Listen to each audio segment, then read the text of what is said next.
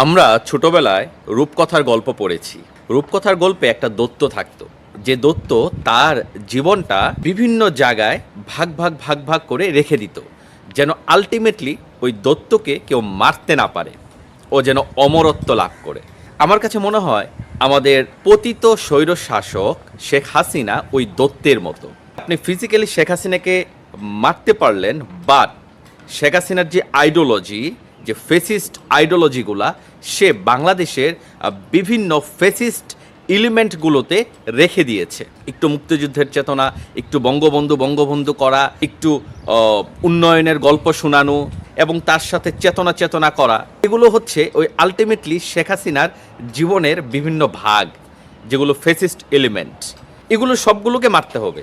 এক শেখ হাসিনাকে ফিজিক্যালি মেরে আপনি বাংলাদেশকে আলটিমেটলি ফেসিস্ট মুক্ত হয়ে যাবে চিরদিনের জন্য, আশা করাটা যায় না। সো বিষয়গুলো একটু খেয়াল করবেন। ধন্যবাদ।